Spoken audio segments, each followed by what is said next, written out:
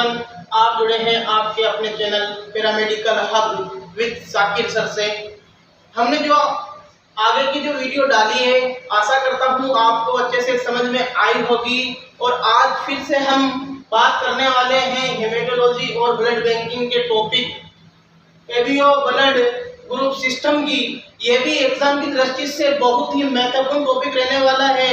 Main exam के अंदर 10 से 20 नंबरों में हर बार ये पूछा जाता है। तो एबीओ ब्लड ग्रुप सिस्टम के अंदर जो इम्पोर्टेंट पॉइंट हैं, सबसे पहले उनको हम कवर करते हुए चलेंगे। और अगर आप मेरे चैनल पे नए हैं तो इस चैनल को सब्सक्राइब करके अपने दोस्तों तक जरूर भेजें। हम बात करते हैं एबीओ ब्लड ग्रुप सिस्टम के अंदर इम्पोर्टेंट पॉइंट की। तो सबसे पहले इम्पोर्टेंट पॉइंट क्या है वो देखते हैं। एबीओ ब्लड ग्रुप को एबीओ ब्लड ग्रुप को ब्लड का टाइप भी कहा जाता है। अर्थात कहने का मतलब है, सबसे पहला जो इम्पोर्टेंट पॉइंट रहने वाला है वो यही रहेगा कि एबीओ ब्लड ग्रुप को ब्लड का एक टाइप भी कहा जाता है। दूसरा जो मुख्य पॉइंट रहने वाला है, उससे पहले मैं आशा करूंगा कि आप या तो नोट्स आप अपनी कॉपी लेकर बैठे होंगे, उसमें नोट डाउन कर रहे होंगे, या फिर आप इन जो मैं चीजें लिखा रहा हूं इनका स्क्रीनशॉट लेके बाद में भी आप अपने नोट्स तैयार कर सकते हैं। दूसरा जो इम्पोर्टेंट पॉइंट रहने वाला है वो इस तरीके से रहेगा।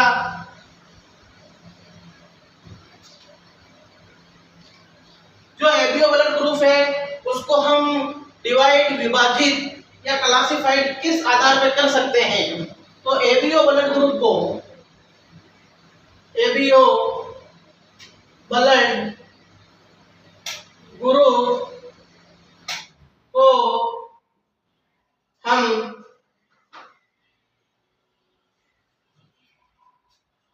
एबीओ ब्लड ग्रुप को हम आरबीसी की जो सरफेस पर एंटीजन के प्रेजेंस होने पर कर सकते हैं। कहने का मतलब हुआ जो आरबीसी जो ये एबीओ ब्लड ग्रुप है, इसको हम किस तरीके से देख सकते हैं, इसको किस तरीके से क्लासिफाइड कर सकते हैं। तो एबीओ ब्लड ग्रुप को हम आरबीसी की सतह पर पाए जाने वाले जो एंटीजन होता है उसके आधार पर हम एबीओ ब्लड ग्रुप को क्लासिफाइड कर सकते हैं। यह भी पॉइंट आपकी एग्जाम की दृष्टि से भी बहुत महत्वपूर्ण होने वाला है, इसको भी आप लिखें। और जब भी आप एग्जाम के अंदर लिखते हैं तो फिर उस पर इस तरीके से कॉपी जो अपने एग्जाम की जो मेन कॉपी रहती है उस पर इसी तरीके से, जिस तरीके से मैं बता रहा हूँ उसी तरीके से पॉइंट टू पॉइंट चीजें लिखना है, जिससे आपको अच्छे से अच्छे नंबर मिल सकेंगे।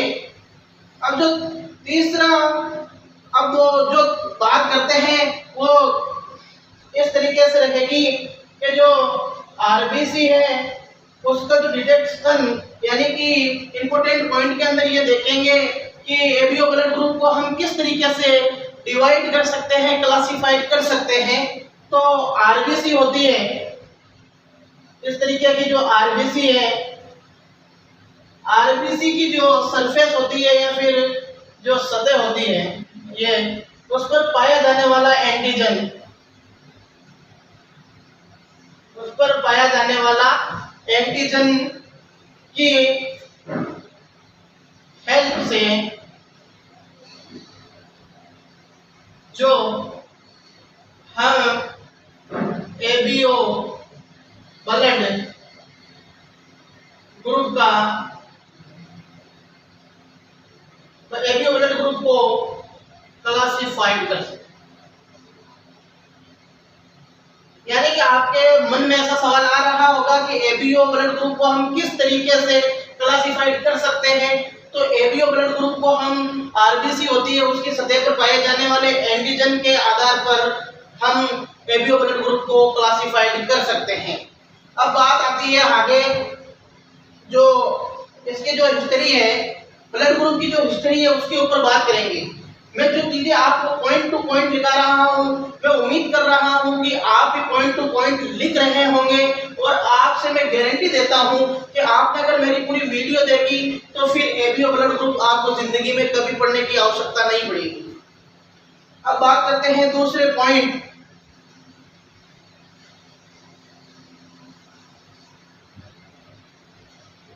History of blood group.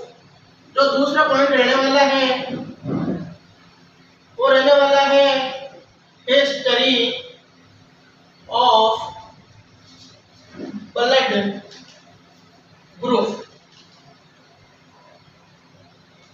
History of blood group अर्थात कहने का मतलब यह हुआ जो ब्लड ग्रुप की जो खोज की गई है उसके बारे में कुछ तथ्य है, कुछ पॉइंट है, उनको हम समझते हुए चलेंगे। मैं उम्मीद कर रहा हूं कि आपको वीडियो समझ में आ रही होगी और आप इस वीडियो को लाइक करके, चैनल को सब्सक्राइब करके अपने दोस्तों तक अपने चैनल को जरूर शेयर कर दें। जो भी वीडियो डालता हूं मैं आपके लिए ही डालता हूं। हिस्ट्री ऑफ ब्लड को आप देखते हैं तो हिस्ट्री ऑफ ब्लड क्या कहता है, तो सबसे पहले तो ये देखते हैं कि ब्लड ग्रुप, जो ब्लड ग्रुप है इसकी जो खोज करता है, ब्लड ग्रुप की खोज किसने की, कब की, इस चीज को देखते हैं। तो ब्लड ग्रुप की खोज 1901 के अंदर एक बहुत ही महान साइंटिस्ट आए, उनका नाम है कार्ल लैंडस्टेनर।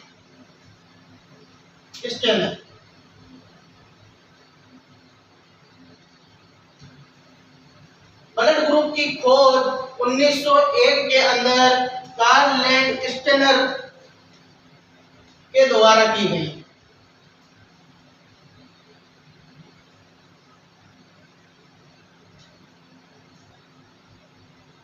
डिस्कवर किया गया अर्थात ब्लड ग्रुप जो है 1901 में इसको डिस्कवर किया गया था, वो कार्ल लैंडस्टेनर के द्वारा किया गया था।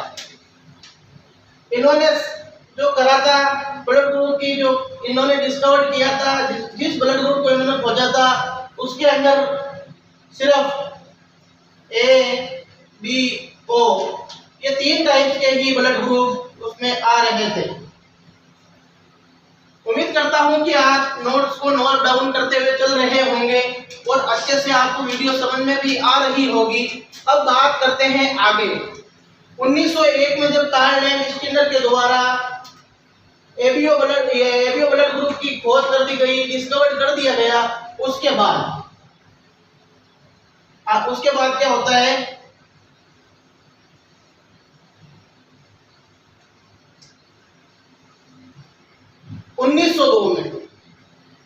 उसके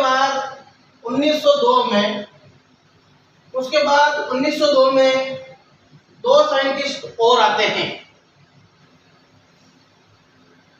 एड्रियानो और अल्फ्रेड बोन। 1902 में एड्रियानो और अल्फ्रेड बोन नामक 2 साइंटिस्ट आते हैं और वो फिर आने के बाद कार्ल लैंडस्टेनर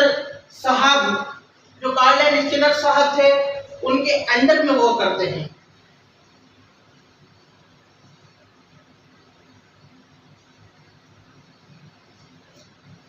कार्ल लैंडस्टेनर साहब के अंडर में वो करते हैं।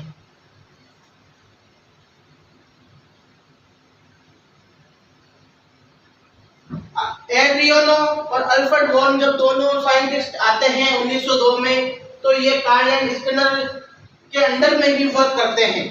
कहने का मतलब है जो भी काम ये करते हैं ये खोज करने की कोशिश में रहते हैं ब्लड ग्रुप में और भी कुछ चीजों की, तो वो खोज तो खुद करते हैं लेकिन जो काम करते हैं वो कार्ल लैंड स्टीनर के अंडर में रहकर वो काम करते हैं। ये बात आपको समझ में आई होगी। अब मैं आगे बढ़ता हूँ।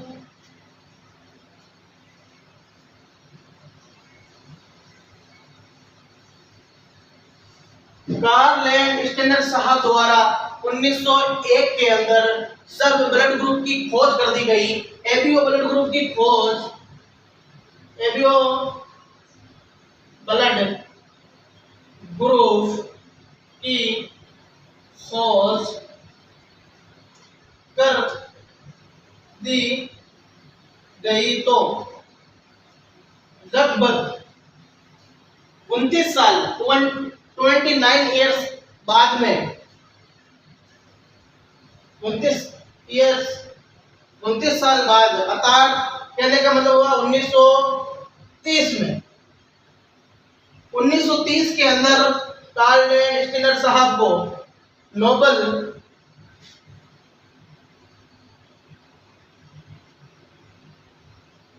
Prize, Nobel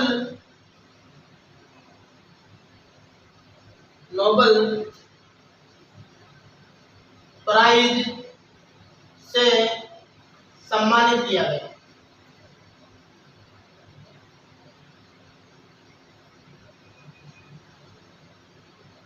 Karl land Steiner के द्वारा एबीओ ब्लड ग्रुप की जब खोज कर दी गई तो फिर 29 साल बाद यानी कि 1931 के अंदर नोबेल प्राइज से इनको सम्मानित किया गया।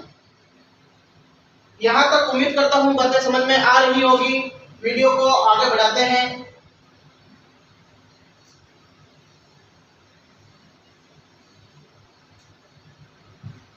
अब जो वीडियो को आगे बढ़ा रहे हैं वो इस तरीके से रहेगा।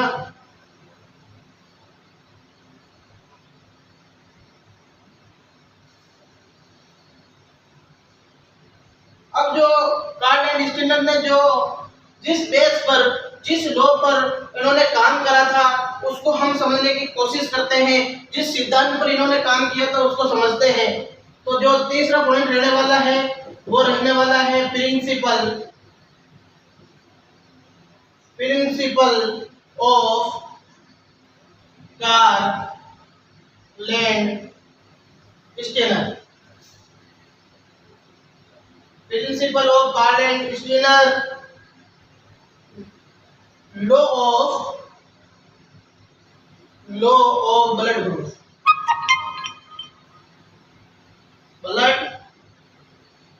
ग्रुप, अर्थात कहने का मतलब ये हुआ कि जब स्टीनर साहब ने जो सिद्धांत दिया, सिद्धांत और फिर जो इन्होंने ब्लड ग्रुप के बारे में जो नियम दिया या फिर लॉ दिया उसको हम समझते हैं।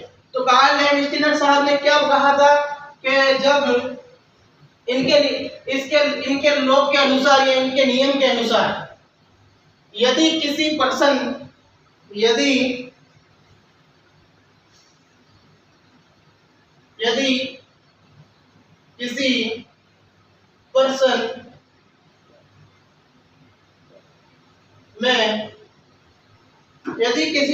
में आरबीसी की सतह पर जो एंटीजन प्रेजेंट रहता है, प्रेजेंस होगा, तो उसके विरुद्ध अर्थात उसके अगेंस्ट, तो उसके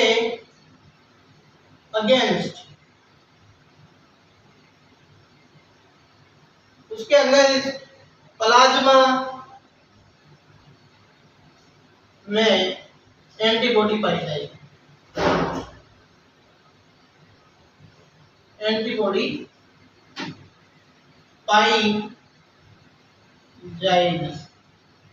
कहने का मतलब ये हुआ कि इनका जो नियम है, कार्ल लैंड स्टीनर साहब ने जो नियम दिया था उन्होंने उसके अंदर कार्ल लैंड स्टीनर साहब ने कहा था कि अगर किसी भी पर्सन की, किसी भी व्यक्ति की अगर आरबीसी की सतह पर अगर मान लीजिए जिस तरीके से मेरा ब्लड ग्रुप ए है, मेरा ब्लड ग्रुप ए है, तो मेरी आरबीसी की सतह पर सदैव ए एंटीजन पाया जाएगा, ए एंटीजन प्रेजेंट रहता है। तो हमारे जो आरबीसी पे तो ए एंटीजन प्रेजेंट रहता है, लेकिन जो हमारा सीरम होता है या फिर प्लाज्मा होता है उस पे ए के अगेंस्ट सदैव बी एंटीबॉडी पाई जाएगी। इनका यही नियम। कार्ल एंड स्किनर साहब ने यही कहा कि अगर किसी व्यक्ति या पर्सन की आरबीसी की सतह पर जो एंटीजन प्रेजेंट रहता है उसके अगेंस्ट प्लाज्मा में एंटीबॉडी पाई जाती है। जैसे कि मैंने अभी समझाया है, जिसका ब्लड ग्रुप ए है तो उसकी आरबीसी की सतह पर ए एंटीजन प्रेजेंट रहेगा, तो उसकी जो प्लाज्मा होगी उसमें बी एंटीबॉडी पाई जाएगी। उम्मीद करता हूं कि ये बात आपको समझ में आई होगी। अगर आई है तो इस वीडियो को अपने दोस्तों तक जरूर शेयर कर दें, और जो मैंने पढ़ाया है वो आप जो पढ़ाया है इसका स्क्रीनशॉट लीजिए और या फिर अपनी कॉपी में यहीं पर भी नोट डाउन कर सकते हैं। अब बात आगे बढ़ाते हैं। आपको एक टेबल के द्वारा मैं समझाने की कोशिश करूंगा। Principle of Karl and Skinner law of blood group. इस चीज को समझने के लिए अब हम एक टेबल का यूज करते हुए आपको समझाने की कोशिश करेंगे।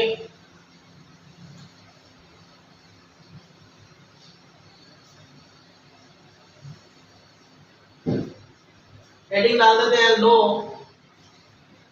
Of Karl and Skinner. पढ़ाई यही है।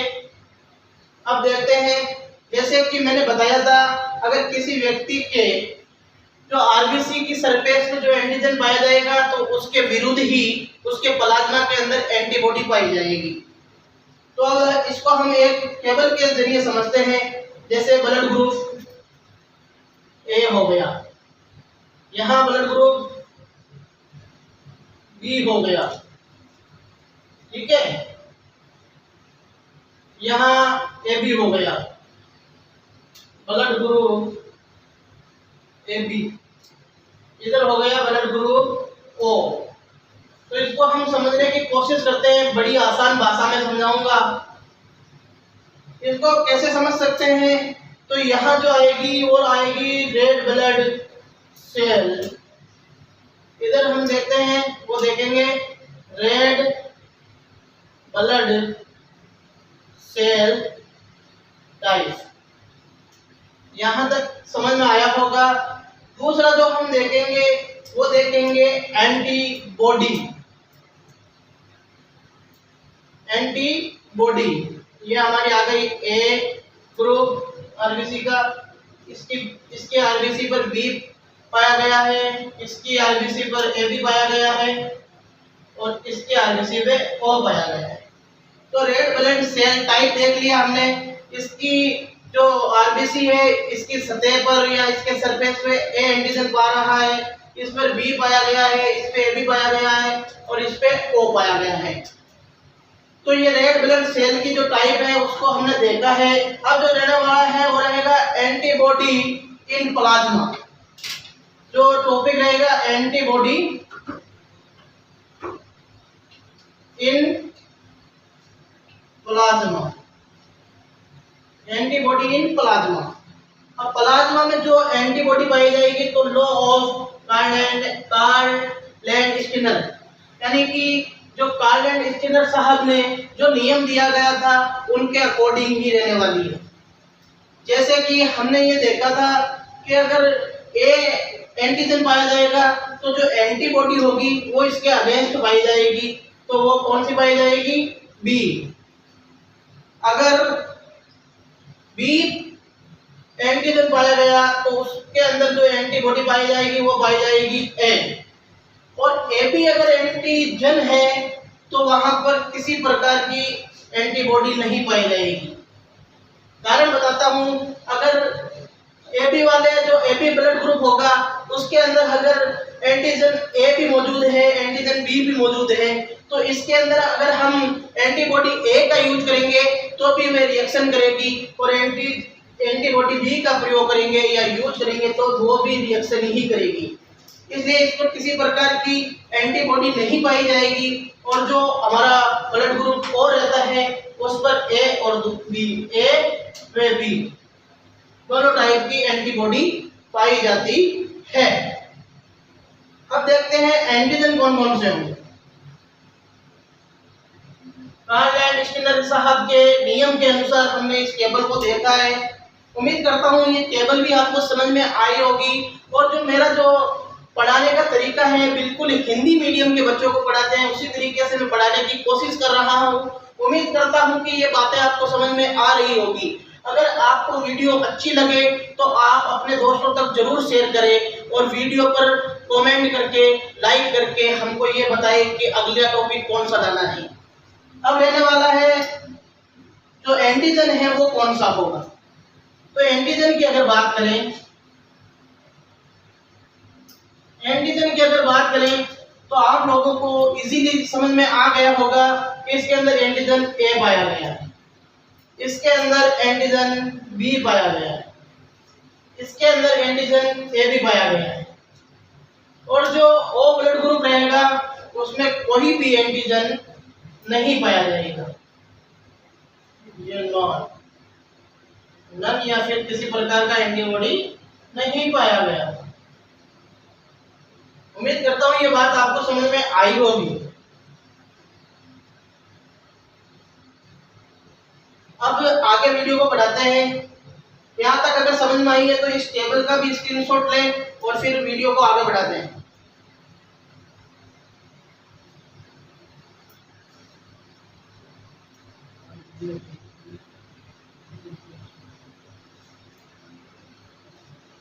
उम्मीद करता हूँ आप लोगों ने स्क्रीनशॉट ले लिया होगा।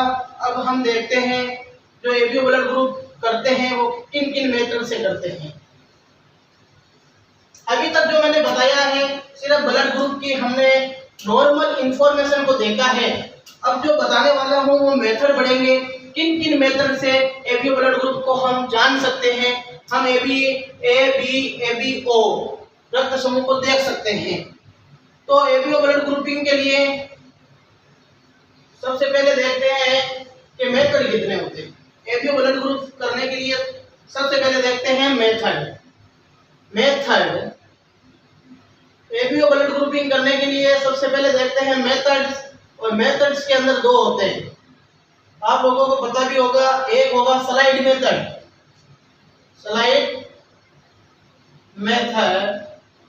दूसरा होने वाला है ट्यूब मेथड।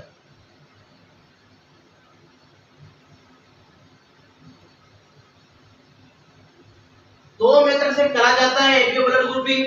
एक तो मेथड रहेगा स्लाइड मेथड, दूसरा रहने वाला है ट्यूब मेथड। हम आज पढ़ते हैं स्लाइड मेथड को।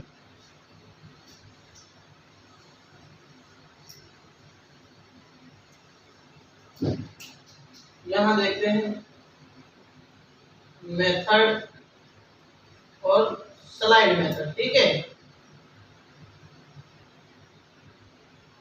स्लाइड मेथड को देखते हैं। तो यानी स्लाइड मेथड को करने के लिए सबसे पहले जो जिन इंस्ट्रूमेंटों की आवश्यकता पड़ेगी उनको देखते हैं।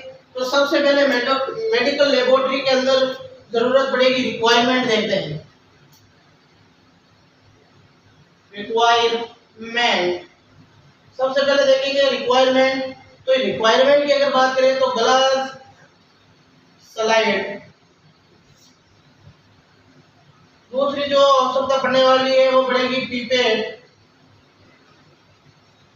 तीसरी जो पड़ने वाली है वो पड़ेगी माइक्रोस्कोप। और जो चौथी चीज है वो कवर स्लिप।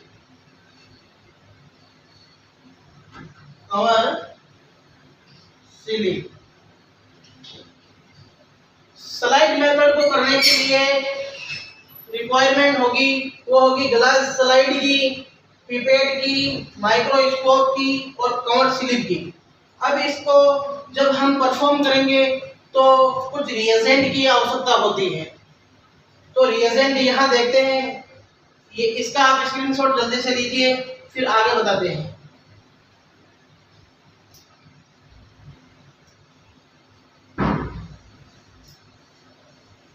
अब जो रहने वाला है वो रहेगा रिएजेंट।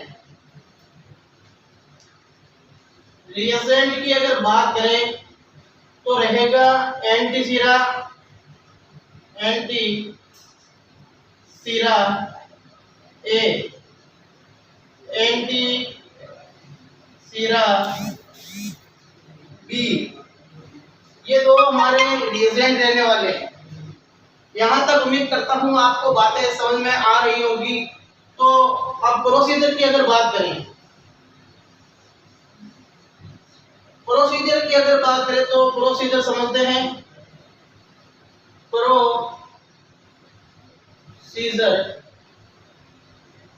प्रोसीजर की अगर बात करें, प्रोसीजर की अगर बात करें तो हम देखते हैं कि सबसे पहले हमको एक लेना है कवर स्लाइड, ग्लास स्लाइड को लेना है। उस पर हमको हमारी ब्लड सैंपल को 2 बूंदे डालनी है। फिर इसके अंदर एंटीसीरा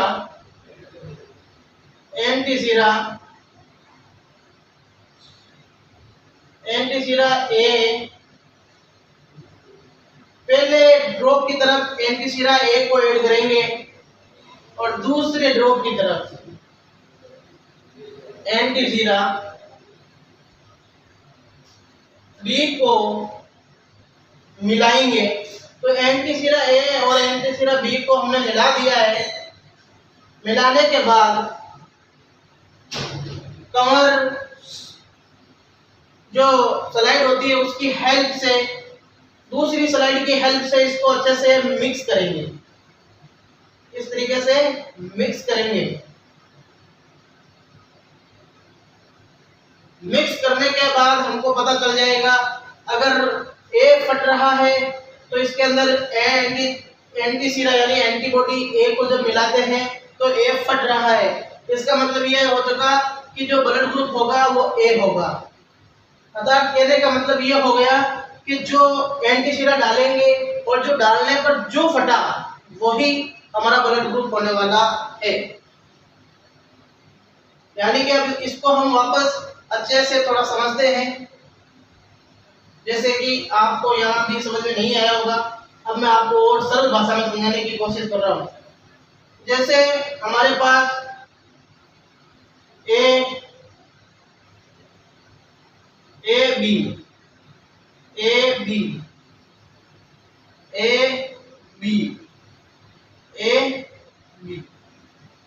ये हमारे पास एंटीसीरा होंगे।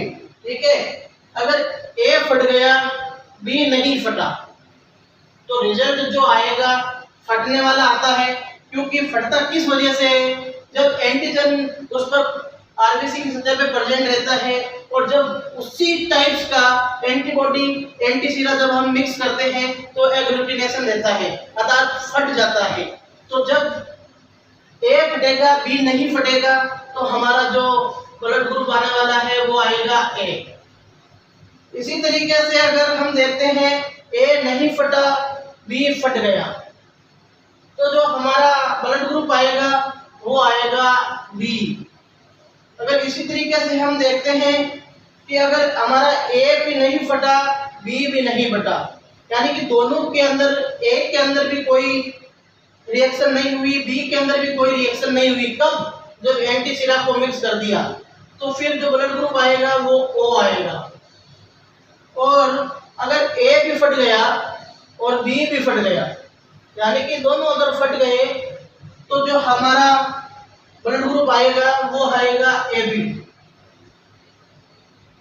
इस तरीके से हम आसान भाषा में इस टॉपिक को समझ सकते हैं। और डीएमएलटी फर्स्ट ईयर वाले स्टूडेंटों के लिए मोस्ट इम्पोर्टेंट टॉपिक रहने वाला है। उम्मीद करता हूं कि जो पढ़ाया है आपने नोट डाउन करा होगा और ये मेन एग्जाम की दृष्टि से बहुत इम्पोर्टेंट टॉपिक रहने वाला है। तो इसको पूरा जरूर देखें और अपने दोस्तों तक इसको जरूर शेयर करें। धन्यवाद, थैंक यू।